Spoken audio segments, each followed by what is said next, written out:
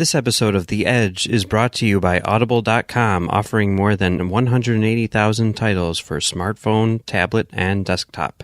To get a free audiobook of your choice and help Trek.fm at the same time, visit audibletrial.com/trekfm. And also by Enterprise in Space, an international program of the nonprofit National Space Society. Find out how you can help science and education and become a virtual crew member aboard the NSS Enterprise Orbiter by visiting enterpriseinspace.org. And if you want to join the conversation and share your thoughts on this episode, join the Babel Conference, our listeners group on Facebook. Just type BABEL into the Facebook search field. We look forward to seeing you there. You're listening to Trek FM. What have you done out there on the edge of Federation space?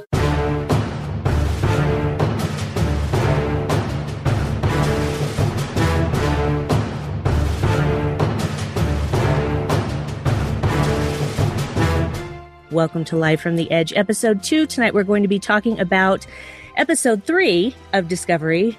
Context is for Kings. So everybody say hi. Bruce, say hi. Hi, welcome to Live on the Edge. I mean, Live on the Edge. That too. It could be Live on the Edge because we're living on the edge when we're doing this live. We really, really are. We're just clinging by the seat of our pants. No, that's not the right thing.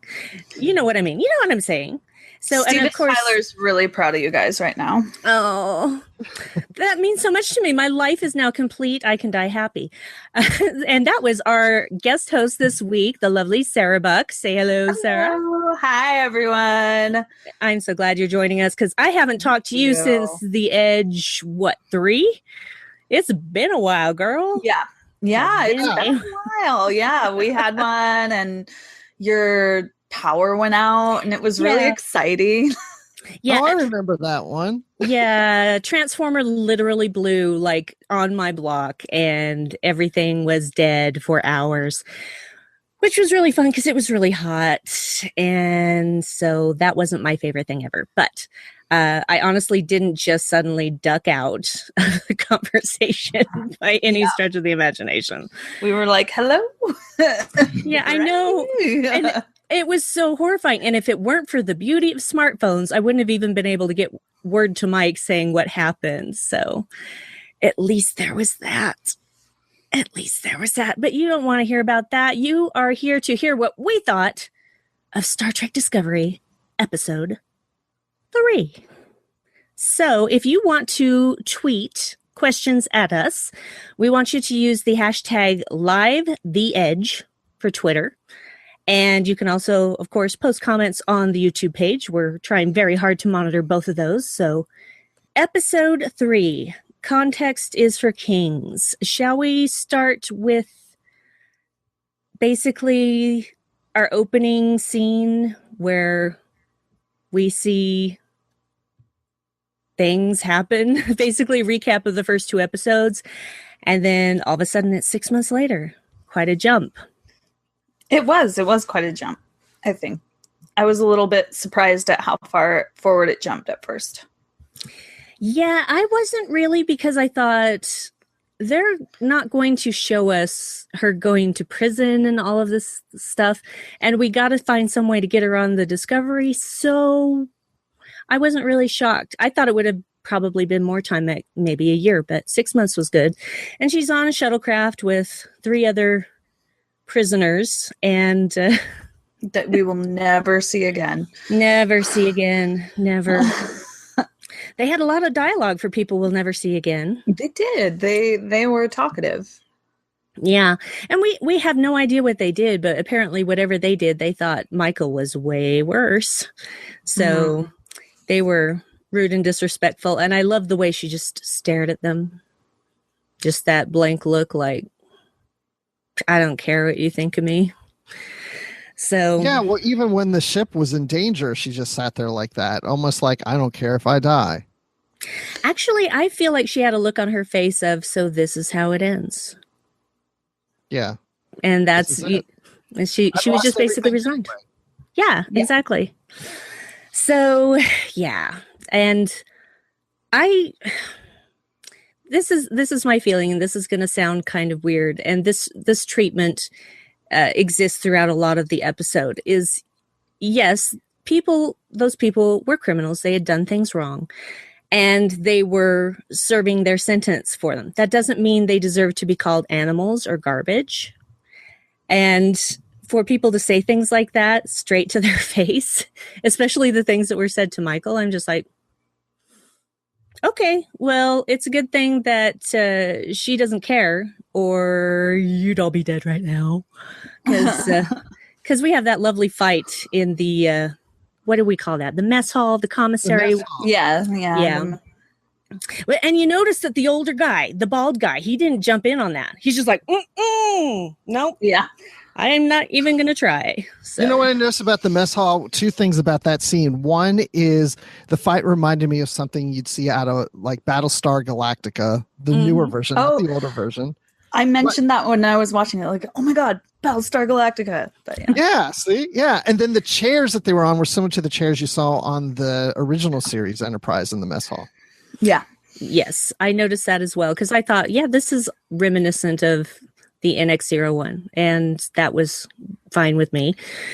So let's just talk a little bit about up to that point, about Michael getting in the fight and then being taken to the bridge. So how do we feel about how she's being treated? Does she deserve all of this hatred? Does she deserve being the sole bearer of the start of the Klingon War? I don't think it's a question of deserve as much as the kind of attitude that they're wanting people to display towards her is really in line with that whole vision of, well, this is, Starfleet before, it's not a post-racism thing anymore. They decided they were going to break that rule about, no, this is not post-racism and sexism and all that kind of thing. And I thought that was a really good way to kind of put it back into, because we do see a lot of that kind of at least written narrative in things about like the army type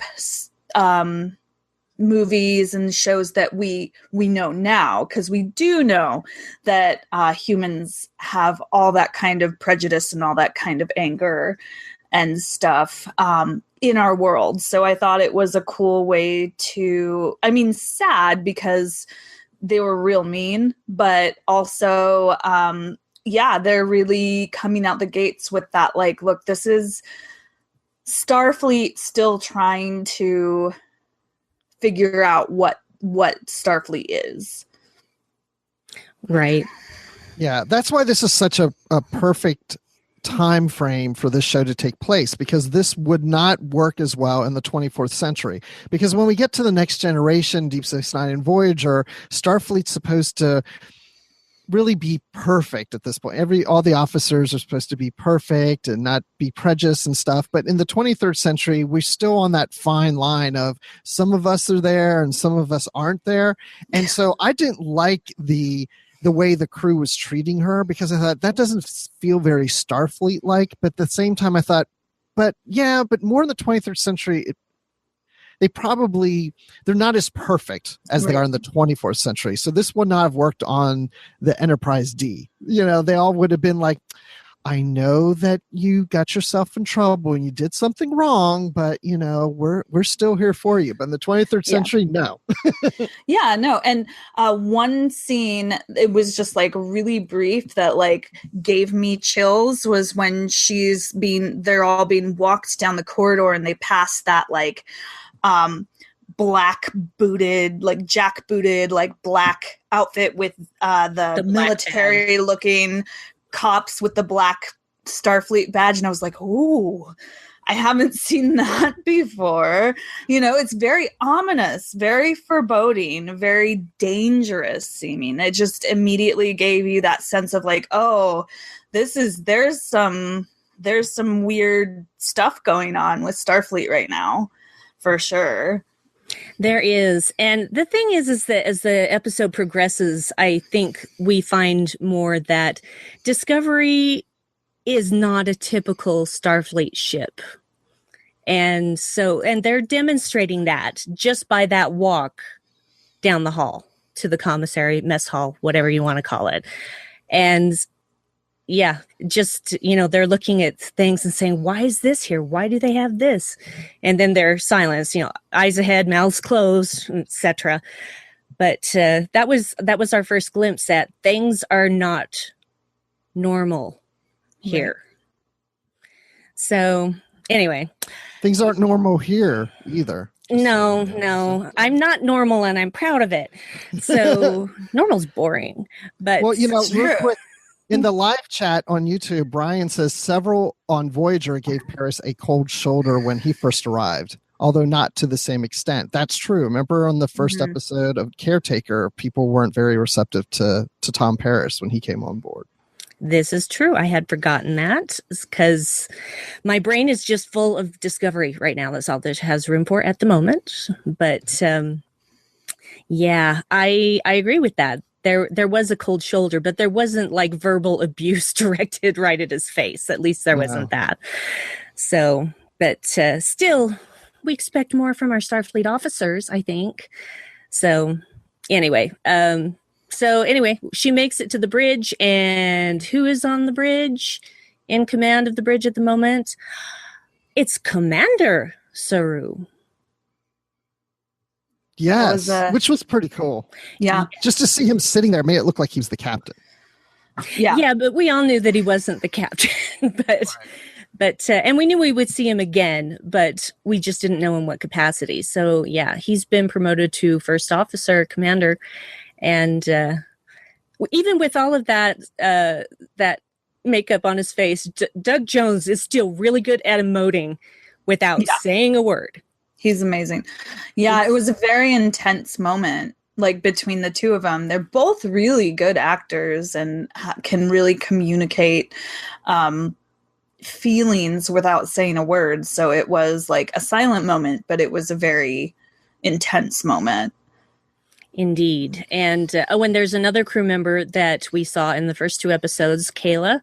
Mm-hmm. And she looks a little worse for wear. Not sure she looked like she had a Borg implant to me. I'm sure it wasn't a Borg implant. Yeah, what's up with that? Because she didn't have that on the Shenzhou. Yeah, I'm thinking it's an injury. It's probably an injury, and it's something that has permanently affected her, and whatever is on her head is mitigating the effects. I'm not sure. I'm sure we will find out. But for now, all we know is that she was not happy to see Michael at She was not at all. Nope. That was awkward. So we have another comment. Nick Anastasio says, Riker was a big jerk to Ro when she first came on board on TNG. Same with Paris when he first joined the Voyager. So, yeah, you know what? I guess maybe 24th century officers aren't perfect either. But I think, like Sarah, you were saying, maybe, not quite as rude as the 23rd century officers on this. I mean, and you can make a lot of arguments, too, about, like, Deep Space Nine having a lot of really sexist characters who are not very safe towards women. But, that's one of the reasons I was really excited to see this new take on Starfleet, because as post racist and as post sexist as all versions of Star Trek have really tried to be, the problem is they're just not, because they're written by us, and inherently that is what our world is dealing with. So there's a lot of times you could argue that 24th century is pretty crappy too. So yeah, it's an imperfect world, and I guess I've watched too much Orange is the New Black. Actually, I haven't watched that much. My husband watches it. But I've seen enough scenes that I'm just like, whatever they did, these are still human beings, for heaven's sake. And just no. That's not okay. So, yeah. So, I think we have a tweet about the prisoners. We do, from Scott Fairbanks. He says that prisoners were allowed in the mess hall in the first place felt weird, but the sequence felt a bit off intentionally. Yes, I agree. And I think that it was all part of Lorca's plan. I think that that entire encounter was orchestrated. Not that the people attacked her because of Lorca, but he knew what was going to happen. He's one of those people. He's a lot like Michael. He sees, and that's probably why he wants her so much, is because he sees himself in her, because she has predictive reasoning. And that's what I think, honestly, that's what he did. He had predictive reasoning. He's like, if I put her in this public place with these people, let's see what happens, because they already hate her. So let's see what happens. And she proved that she can hold her own. So, which was awesome. I think, it was weird to see prisoners in the mess hall, but at the same time, I think that was a little nod to, like, it's this weird balance between we're Starfleet and we need to be better than Earth was centuries ago, but we still fall into these traps, but we call these prisoners guests for now because their transport was in danger and we saved them, and let's be Starfleet and pretend to have our, stuff in order enough to treat them like people, while at the same time are what was that the lady who called them garbage? Do you guys remember what her name is? I'll find out. Yeah, because she was an interesting character. Yeah, I don't remember her name. Yeah, well, that's actually not surprising, because we aren't given a lot of time with her being called by her name. So that doesn't really surprise me. However, another thing that makes me think that that whole thing was orchestrated by Lorca was the fact that when the fight starts, one of the security officers starts to get up and pull his phaser, and she keeps him from getting up. She does, yeah. So, yeah, that was interesting. Commander Landry. That is her name. Okay. Ah, okay. Yeah. So, because she's chief of security. Duh, I had that written here and I didn't even look. Why take notes? Notes are for suckers. Yeah, notes are for beginners, right? Yeah. Right. I actually took notes on the first and second episodes, none of which I actually used during the first live broadcast. So I thought, we're okay. We're okay. So now we finally are going to meet Lorca. So we go into what I'm guessing is his ready room. And there he is standing facing the windows. And it's kind of dark. There's a Tribble on his desk. There's a Tribble trilling at him. Because I didn't see the Tribble at first because of my streaming issues, but I heard it. I heard it, and I'm like, that's a Tribble. He's got a Tribble? Yes. Why does he have a Tribble? I don't know. I felt that was a little... I don't know. I mean, I'm okay with it, but it's like Tribbles keep popping up in things lately. Oh, go ahead. No, you go ahead, Sarah. Well, I at first was like, he's got a Tribble and he's definitely not worried about it reproducing. And then, later on in the episode, we do find out that this guy likes to experiment with creatures. Him and Landry go into that back room. So, because I saw he's not worried about it reproducing, so it must be somehow genetically modified or have been experimented on enough to stop it from creating a new episode of Trouble with Tribbles. Yeah. The third episode, because there was the one in the original series and then the animated series, and So, yeah. So, and to me, that brought the Tribble full circle, is that, this guy likes his pets. Yeah, and the thing is, though, is that he doesn't have all of the pets in his ready room. He just has the Tribble. No. So there's something about it he specifically likes. Maybe it's the cooing sound that it makes. Maybe it's his only friend. We just don't know. Because it doesn't seem to me like Lorca is the kind of man who has friends. He has colleagues. He has peers. But he doesn't have friends. He's bigger than that. He's working towards something else. So Yeah. I can't really, I want to go into Lorca more, but I think we need to talk about the rest of the episode before we do that, because that puts some more context into it. Do you agree? I agree. Yeah, I'm just wondering, though, if Lorca created Tribbles. Ooh. Oh, who knew? Who knew? Lorca, the creator of Tribbles. Who knows? That may be true. That would be silly, but it could be true. No, I don't think that they would go that silly route. By the way, the whole mess hall thing, Renee in Twitter says, indeed, especially with the security chief allowing them to duke it. Seems like it's all part of Michael's audition in retrospect. Yeah. Well, I actually thought that in the first place when I was first seeing that scene. Because even though we hadn't met Lorca yet, I just thought it's rather convenient that this ship just happens to rescue this shuttle at this particular time. And then, of course, we find out later when Michael asks, "What am I doing here?" Because she talks about how she didn't receive notice of being transferred to a new facility, which is customary, and that the shuttle changed course in the middle of their journey, etc. And then all of a sudden now she's here. And she's already starting to suspect she's been brought there, but she doesn't know why. So let's talk about why. Okay, first of all, I have to talk about Lieutenant Stamets, because I keep wanting to call him Stannis Baratheon, because Stamets and Stannis are very similar sounding, and I'm really sorry. So if I accidentally say Stannis, that's why. Mostly I just call him Guy who thinks he's Alan Tudyk. So...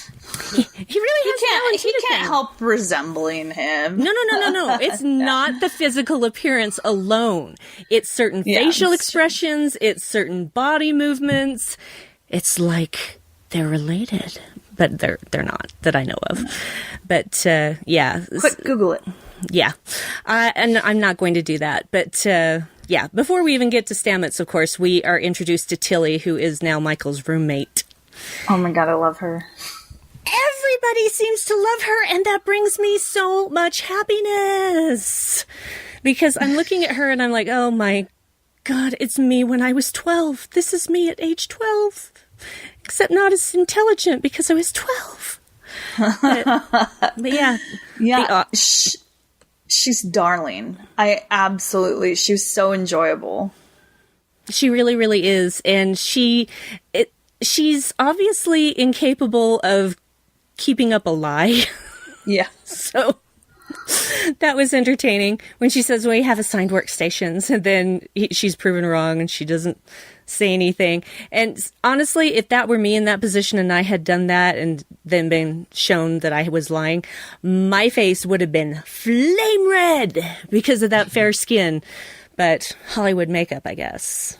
Yeah, it's pretty thick stuff. But yeah, no, she was, and the actor who plays her, like, her comedic timing was on point for all of those moments. They were very funny, and just a really fun character, which is great because this show seems to have a lot of gravity to it. And so I was happy to see that there is a character in it who is incredibly, like, comedic and lighthearted. Yeah, because that whole episode at that point was so serious, and then when she was introduced, it was like a breath of fresh air. And she's talking about she's allergic to polyester and all these things, and I heard of another woman who had the name Michael. That's so weird that she's the one who did Mutiny. Oh wait, you're not her, are you? Are you? Are you? Yeah. My husband laughed out loud at that part. Yep, because it was just really well timed. It was. She is excellent. The actress's name is Mary Wiseman, and she has not been active for very long. Her earliest IMDb credit is 2012. So she's a relative newcomer, and what a place to really hit your stride. Because I haven't seen any negative comments about her. Of course, I haven't been looking for any. But of all the people that I have seen comments from, everyone was really positive about her character. So we're looking forward to seeing more from Tilly. Yeah, the comedy between her and Michael really kind of reminded me of the kind of Geordi and Data dynamic. So it was kind of cool. Yep, that was fun. So anyway, back to Stamets. Good old Stamets. And we find out that he's not really Starfleet. He's a scientist. And basically he makes this whole speech later about their science that he and his friend have been working on being co-opted by the Starfleet, because now we're at war with the Klingons, and they've been working 12 years together, and now they've been split up. And so his friend is on the sister ship, and they're talking via a holographic thingy again, sort of holographic view screen, not a full hologram this time, but yeah. And his friend is talking about stuff that we don't understand yet, because we have no idea what they're doing. And so a lot of that, it's interesting to rewatch it, because I did, and know what's coming when he's saying all of those things. And I'm just like, oh, no, don't do that, Tess. Don't do that. Just don't. It's going to be like Silent Hill meets Dead Space. You just don't want to do that. And yet, it happens. Yeah, they really telegraphed a lot of, like, this is not a good idea and that, and you, like, had a feeling in your gut when they were talking, like, oh no. Yeah. Well, they're being pressed to get results, basically. And so but they have been working on this for a long time. And anyway, sister ship goes dark. And they get sent over there. I know I'm skipping a bit, but if I don't skip some stuff as far as plot, we will be running long, because we could talk about this forever. That's true. So I have to say that them going over to the other ship, what was it called again? The Glenn, USS Glenn. USS Glenn. I knew it was a G, and it just slipped out of my mind for some reason. So they go over to the USS Glenn, and I'm a fan of survival horror video games and horror movies. And when you just see the ship just floating dead in space, I went, yeah. And my husband's like, oh. So we were both just like, what are they going to see? Is it going to be awful? And so they get on board and they start finding bodies. And as they're not showing us really good images of the bodies, just kind of hints of it, because that's where the mature rating came from. Yeah. Was those things right there. In fact, my husband said that. He's like, well, there's your mature rating. And I said, yep. And the only one we get a really good look at is his friend. Oh. And that was one of those things where if you don't know what you're looking at, it's horrifying either way. But if you don't know what you're looking at, it's somehow less horrifying. But when you realize, oh no, that was a person. That was an actual human being. That was a face. Yeah. It's Cronenberg level. I was so surprised. I was like, oh my god, like when you first saw one of the bodies, like I was like, oh my goodness, like out loud, because like I was not expecting that from Star Trek. I mean, I'm not like mad at it or disappointed by it. The effects and everything were really impressive. Like it's really, that's some horror magic right there. But like I was surprised. I was like, oh my gosh, that is gory. How did you feel about it, Bruce? I thought it was gory, but I kept looking like, wait, what is that? And I kept like tilting my head, like, dogs do. Like, what? Just trying to make out what the heck I'm looking at. And then I watched it a second time, and I was like, I think that's a face. I'm not sure. Yeah, it was at one point. It was one day. And that's where, for me, the whole Silent Hill thing comes in. Video games, not the movie. Because through every one of those video games, 1, 2, and 3, because there is no 4, that wasn't Silent Hill. I wouldn't know. Long story. They're terrifying. They're super atmospheric and terrifying. And there are so many things that you're like, what is that? What is that? I don't know what that is. And I don't think I want to know, but now I'm going to have to go near it to do this thing that I have to do to progress in the game. And so it made me remember that feeling of, oh no, this is not right. This is not right at all. And Stamets even says, he didn't expect this kind of reaction to happen. That was something he hadn't thought of. So they obviously were not expecting this to go horribly, horribly wrong. No, but when they get on there and they see those bodies and then they see the Klingon bodies, my first thought is, if I were on the ship, I'd be like, oh, okay, there's something worse going on here than we expected. We need to get off the ship now and figure out what we need to do next. But instead, they're just like, let's keep looking. Let's keep wandering around. And I'm like, you need to get off that ship. Yeah, that would be probably the logical thing that most people do, but they were sent there for a specific purpose, and they were obeying the orders to fulfill that purpose.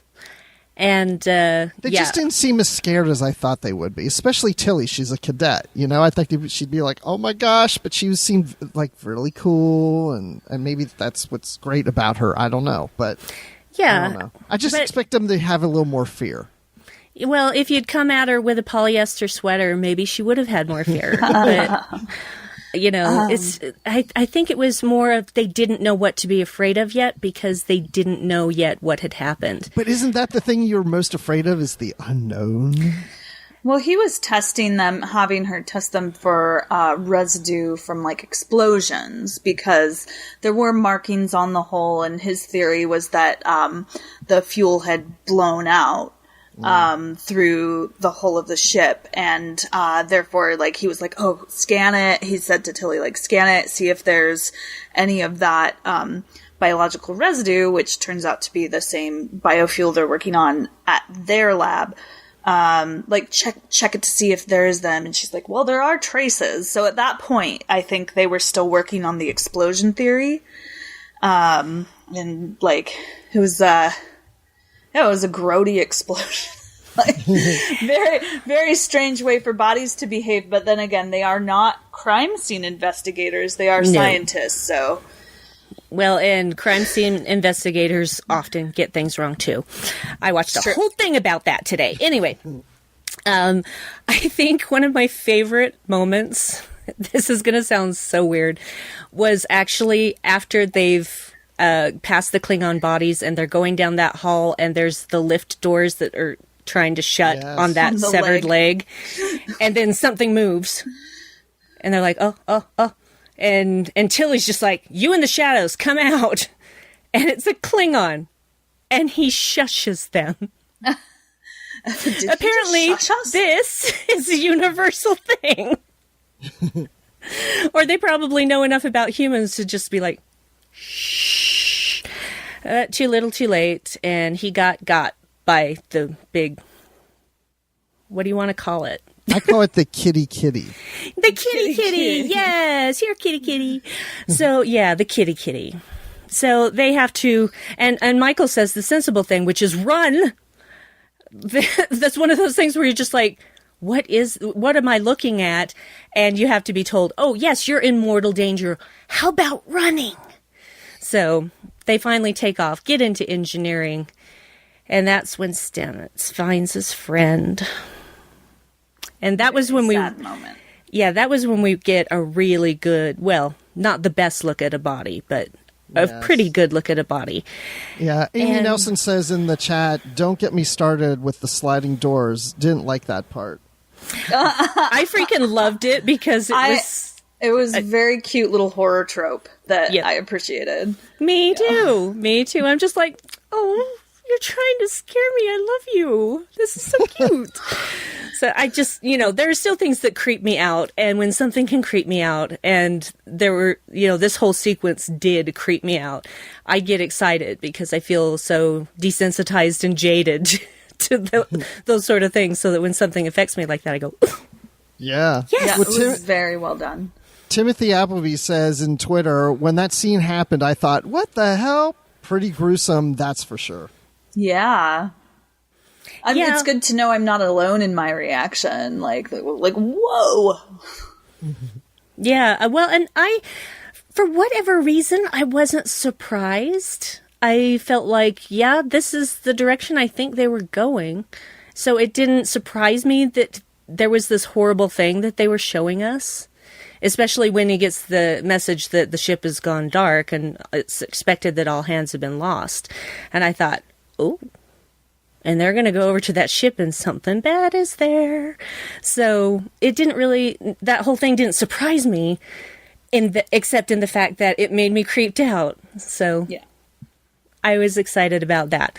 So it may have been too much for some people. I certainly understand that, but obviously there's your MA rating. Yep. Yeah.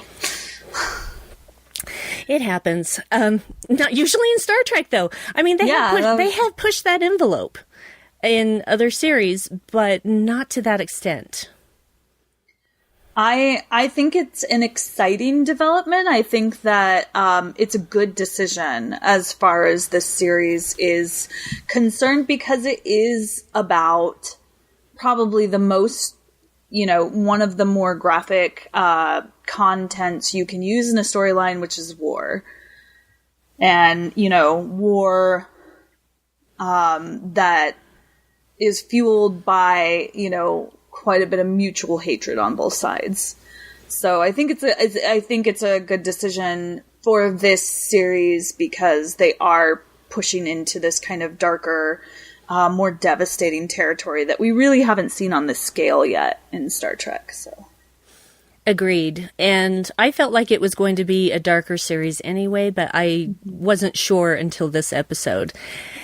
So yeah, and Michael basically says, "What is going on?" And they're just like, "Duh, get the logs. We got to get out of there." And that thing's trying to break through the door, which is, of course, that's what you want to do. And they can't get out the other door because it's sealed shut. And so Landry's trying to open that with a phaser, and that thing's going to break through. And so Michael says, "Give me a phaser," and they're like, "Nah." And she's like, I'm gonna, she doesn't even say it. She's like, "I'm gonna take care of this, okay? You guys need time." And so they finally throw her a phaser, and when she's aiming at it, and Tilly's like, "You're not gonna kill it." She's like, "I'm not trying to kill it. I'm trying to make it angry." Yeah. And that's exactly what she does. She was bait. Mm-hmm. Because she made herself bait, yeah. Yep. She was bait that can recite Alice in Wonderland. Which is great. I'm actually more of a fan of Through the Looking Glass myself, but any Alice references I'm always good with. And I think that it was also a way to keep herself focused and to shove the fear down. Yeah. Because any rational person, even a Vulcan, would have been scared in that situation. I thought I was going to think that sequence in particular was more cheesy, but I really thought it worked. Normally I'd be like, oh, now she's reciting, book passage from Alice in Wonderland. But I was like, oh, no, this really works for the sequence and for Michael's character for some reason. So. Yeah, it did. Mm-hmm. I liked it. I always like it when Star Trek characters recite plays or literature or such, and so it was kind of cool to see this. Yeah. It was a really good use of that kind of trope that they've established over a long period of time. So. Yep. Now watch the Klingons later say that they wrote that. Because they wrote Shakespeare. Oh, no. You haven't really appreciated Alice in Wonderland until you read it. Read it in the original Klingon. Yeah, exactly. I'm sure somebody's going to translate it now. Anyway, so Michael is correct in her assumption that most Starfleet ships are basically the same structurally. And so she manages to lure the kitty, but just in time for her to fall down and land back in the shuttle. She tells them exactly where she is, open the top hatch, because she knows she's right over the shuttle bay. And, she just jumps down there and right into the shuttle. And Dave said, "Oh, look, she's landing with an action pose." And I said, "She jumped from a long height. Of course you're going to bend your knees and land in a crouch." And he had to give me that one. Yeah. I'm really interested to see what that object was that they picked up Tilly and Yeah, the one that they had to disconnect. Yeah, she was like, this thing's on it. And he's like, bring it with us, you know? And I'm like, I'm really curious to see what that ends up being, because they really were very careful to specifically mention that and highlight it being found and taken. But they did not explore that later in that episode. So I'm like, wonder what that's going to be. Yes, I am curious about that as well, because I remembered that from that episode the first time I watched it, but the second time I watched it, I'm like, oh yeah, there was that thing, and we didn't find out more about that. I want to know what it is. I thought it was a cappuccino machine or something, right? Like the prop department ran out of money. Yeah. Yeah, it was basically a milk steamer. They had to sacrifice the cappuccino machine. Well, it seemed like it was something that was kind of cobbled together, so I don't know. We'll find out, I suppose. Long story short, too late. They get back to the Discovery, and Michael basically is told by Saru that the shuttle for the prison is leaving in an hour, and she says she'll be on it. And then she's brought to talk to Lorca again. And this is when Lorca starts to talk about some of the things that are going on. He doesn't get super specific about a lot of it. But I've heard some people have compared Lorca to Ahab. And I actually disagree with that. Because Ahab was obsessed with the whale that took his leg. And to my knowledge, I don't know yet of anything that the Klingons may have personally done to Lorca. But whatever his motivation is, if it truly is just ending the war, he is fully committed to it. And he will do anything. Anything. Because it's kind of like Section 31, how they will do the stuff that nobody else in Starfleet knows about or would want to do. That's what Discovery is doing. Yeah.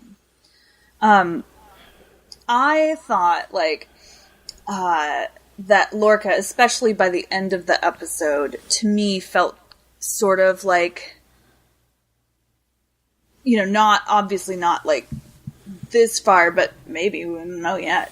Like the Goebbels of Starfleet, you know, just clearly, you know, like he's not someone who was really conscripted because he's the captain of a science vessel. So not a military vessel per se, you know, and he's working on these weapons and all this discrete science missions to end the war. And, you know, that was, you know, it's kind of that same, he's serving in that same capacity. He's head scientist. He's been given free rein from Starfleet. Do whatever you need to, just win the war. Well, a lot of weird experimentation and exploitation can be done under the umbrella of this is, you know, how we win. And so to me, he definitely gave off that vibe, you know, and his whole, like, you know, his Lucius Malfoy. So he's got that very, like, insidious, powerful, you know, feel to him as an actor. So, which is so funny because he has been to Salt Lake Comic-Con, and the real Jason Isaacs is just this teddy bear. He is like the sweetest, funniest man. He's like, I don't understand why you guys want me to play these roles. At heart, I'm just a neurotic Jew. So, those were his words. His words. Okay, I'm not making any kind of racial statement. Those were his words in the panel at Salt Lake Comic-Con, which is one of my favorite panels ever because he was just absolutely delightful. He was one of those people that didn't bother with a moderator. He just came out and started talking. And I could have listened to his stories all day. He did that at Dragon Con last year before we knew he was going to be on Discovery, and I actually was his opening act. Ooh. And then he came out And he said, I never had an introduction like that or something like that before. And then you're right, no moderator. He just talked for like an hour.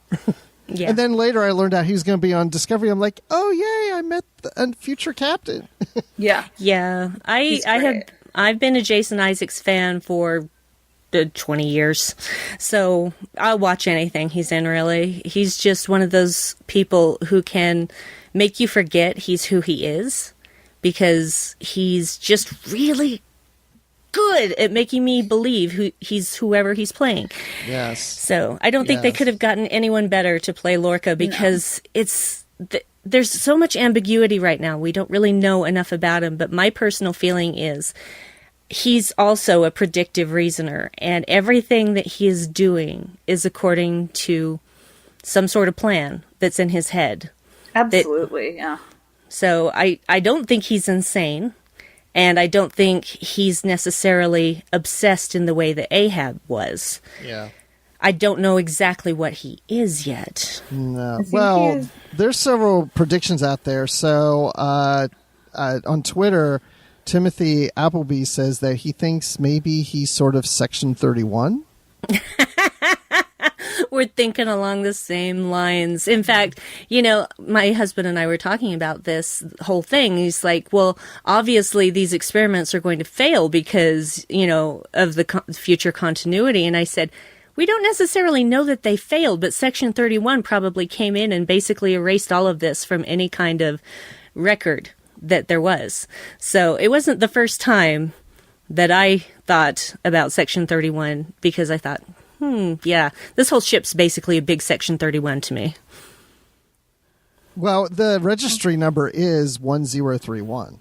I hadn't thought of that! Good one, Bruce! Good one! I hadn't thought of that.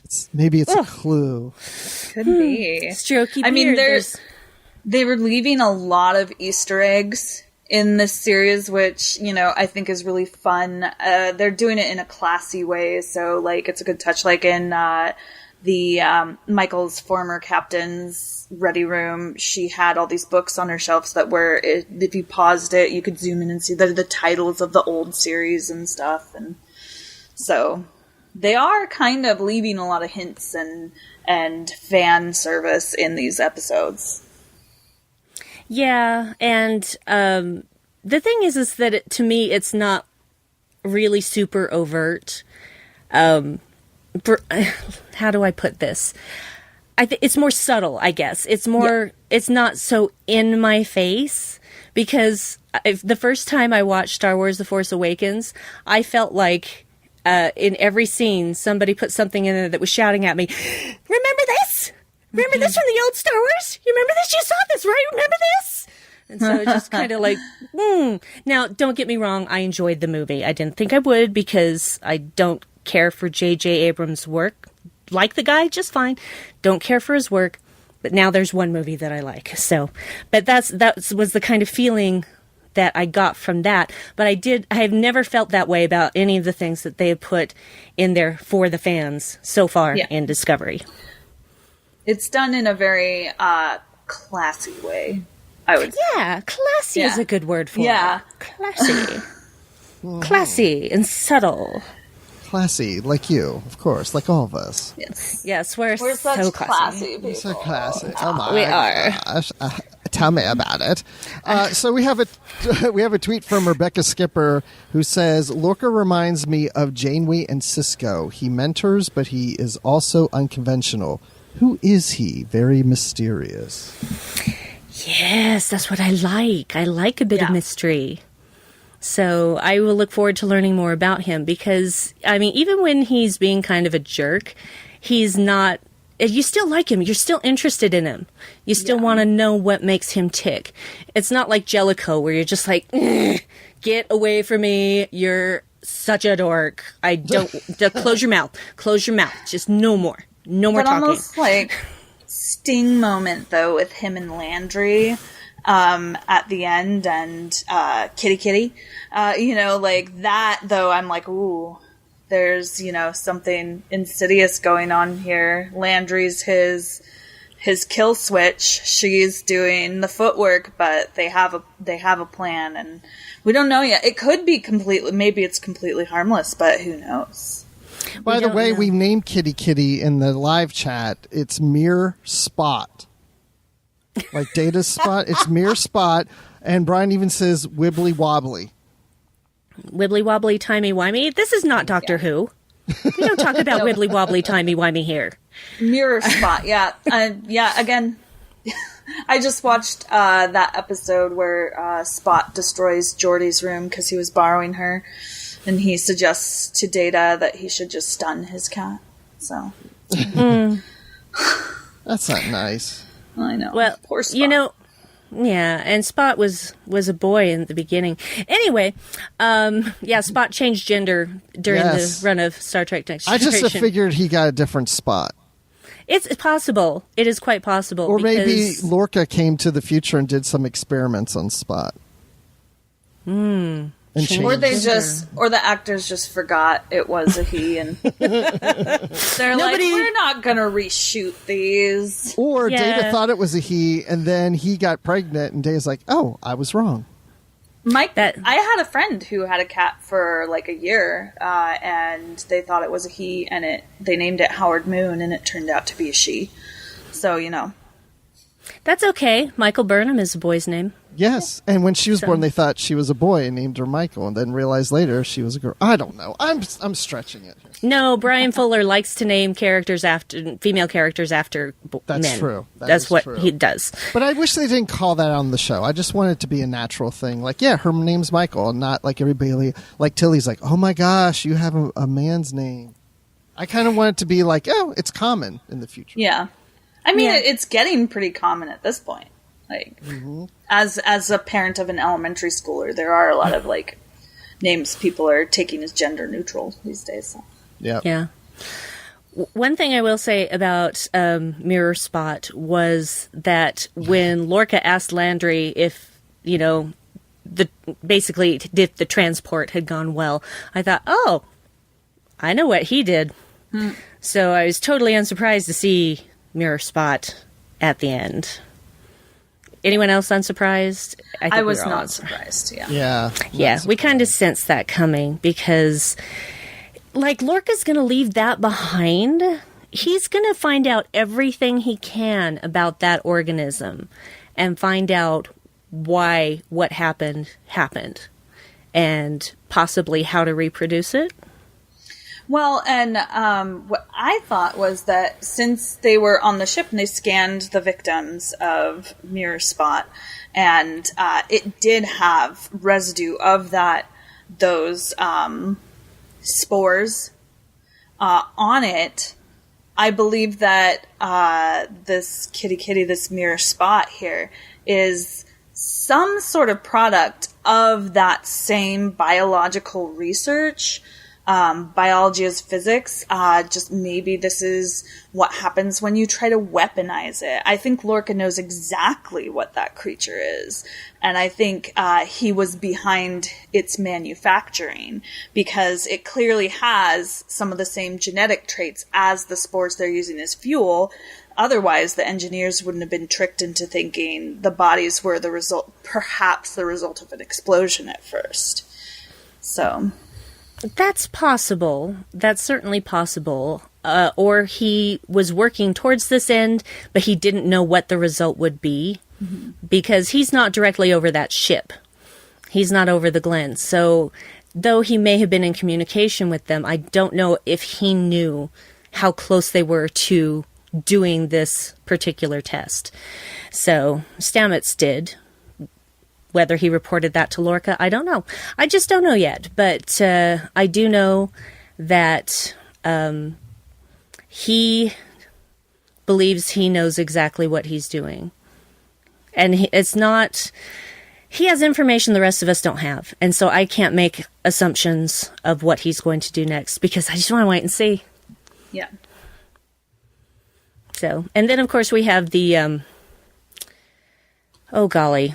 the spores basically shooting Michael throughout the universe to different places and or times.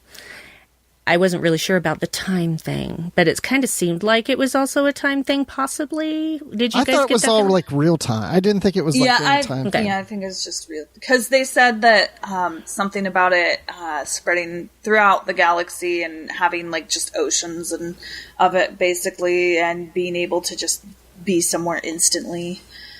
So I think it's all real time, just you can go anywhere in an instant. But it was cool, all the different places, because we recognized a lot of them. Yes. The obelisk, and, you know, she was on Romulus, and we were on Starbase 11 from the Menagerie. There were several places. Yeah, it was, I have to watch that scene again and like slow it down or pause it in certain, so I can really get a good look at every single place that she goes. And but it's kind of that finally wins her over to staying on the Discovery. And I will say this, though, and I meant to mention this earlier, though Saru got his digs in as far as Michael, especially about he will protect his captain better than she did, hers. He still treated her with respect. He did not treat her like garbage or like an animal. He spoke to her like a human being. I think that Saru is the one genuinely pure-hearted character in the show. Clearly, we've seen Michael is at conflict with her human nature and her Vulcan nature, which, as we've seen in Spock throughout the years, is never a fun combination to go through.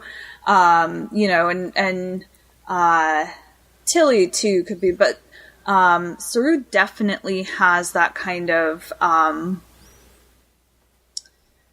goodness to him. And I think that's going to be really interesting later on if he does have to make a decision between Michael and his captain again. Because he's been in that situation, and the first time it did not turn out well. But no. Is Lorca insidious? Who knows? I don't know yet. I'm reserving judgment on that. I think that Saru is one of those rare creatures that is without guile. He just doesn't lie. He doesn't see any point in it. And so you pretty much know where you stand at all times with that guy. So, which is a rare thing. Well, he has no ability to hide his emotions because they manifest themselves physically on his head. So yes, that was a nice little touch when his little fins start coming out. Yeah, so you know, like he's someone who can't hide strong emotions. So he's like, whatever, I'm just gonna tell you what I think because you'll be able to see it anyways. And that's a valuable character to have on the Discovery, where there's a lot of secrecy going on. So much secrecy. Well, could the spore travel be linked to the gateways like the Iconians? That's from Ron in the live chat. Ooh, that's an interesting theory.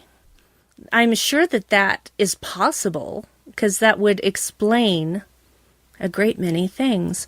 Strokey beard. I like that theory. Let's see if it plays out. But it's certainly possible. I think, I don't know. I don't want to speculate too much on that, because then I'll get disappointed if it's not. Well, see, I'm just willing to go, sure, yeah. Okay, if that's how it is, great. And if not, okay. Yeah, this is the first I've heard that theory. So, there's a lot of similar... People are having very similar theories, which makes me think if we're all thinking the same things, it's not true. I know, like, that's always, like, a thing is, like, is it going to? Because I had that whole, like, thing about Westworld, and I was like, oh, fan theories. But then a lot of them turned out to be true, and fan theories now, man, they mess with you. But that's why I don't read them as a general rule. But yeah. Anyway, I think we are running out of time, so we need to wrap this up. Sarah, what are your final thoughts on this episode? I thought it was a very exciting episode. I think that it really was a good place to start after the 2 premiere episodes. And it made me very excited to see what's coming next, because it definitely added weight and it added intrigue. Bruce, what are your thoughts?